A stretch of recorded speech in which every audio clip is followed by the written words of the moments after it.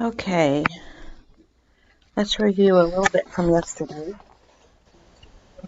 Conjunctions. And at the bottom of yesterday's paper, you were to write the 5 conjunctions. Let's say them together. If you want to pull out yesterday's lesson, you can look up at the top. And the conjunctions we learned yesterday were and, but, or, nor, for, and yet. Remember that? Okay. Today, we are learning about interjections. So interjections are things that show strong or sudden feeling, like phew, or hooray, or oh no, or ow. All right, so interjections usually come at the beginning of the sentence. Not always, but usually. Interjections have no grammatical connection with any other part of the sentence. They're just kind of thrown in there. So therefore, when we diagram them, notice it gets its own line and it's on top. So this sentence is, oh, the tulips are blooming. Notice it also has a comma after it.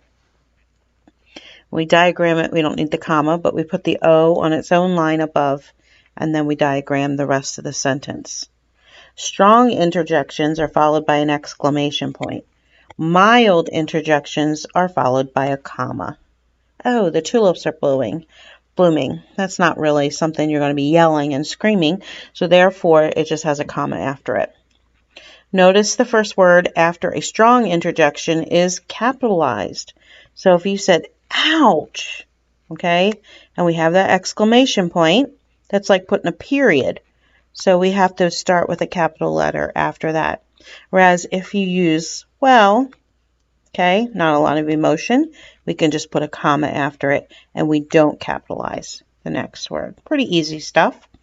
So let's go through this together.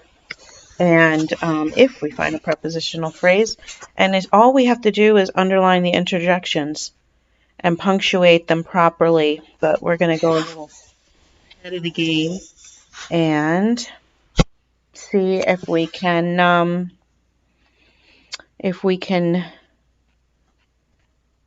find subjects and verbs in any prepositional phrases. Ah, there they are. So we have ah, okay, put a comma after it.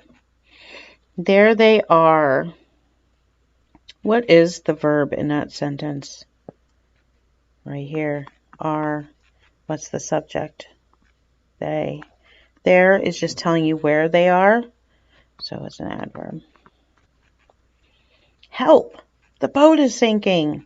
Okay, obviously if your boat is sinking, this is going to be an exclamation moment, right? That's why it's capitalized. The boat is sinking. What is the subject? Boat.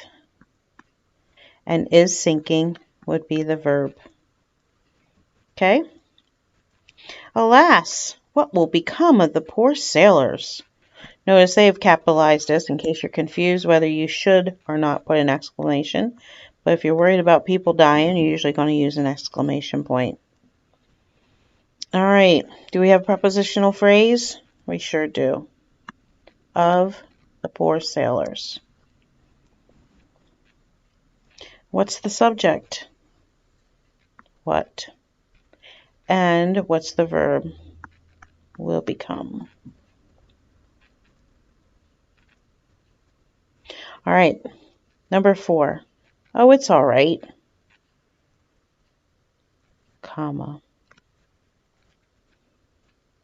And what is the subject and what is the verb? Well, guess what? They're connected here. It is the subject. And apostrophe S, that's the verb. All right, hooray, the battle is won. Comma. No, exclamation point, right? Hooray! Let me say it with more enthusiasm. Okay, the battle is won. No prepositional phrases. So the subject is battle, and it is won. Can you win? You can. So that's a verb. All right. Well, I will overlook that mistake this time. That is probably just a comma. The reason the I is capitalized because you always capitalize an I. And what's the subject? I. Whoops. Not 2 lines, 1 line. And what's the verb? Will overlook. Mistake would be a direct object. This would be an adjective. And, mistake this time. I'm thinking this is an these are all adverbs. To think about that. Anyway, stop.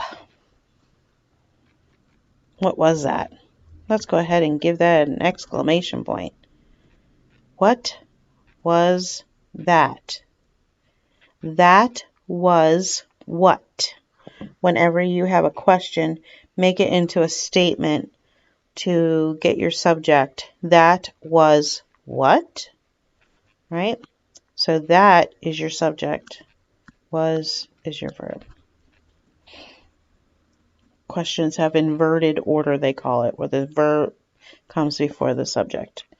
Oh, that the salvation of Israel will come out of Zion, comma, prepositional phrase, of Israel and of Zion.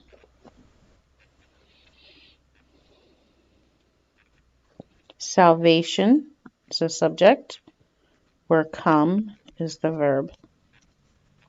Ouch.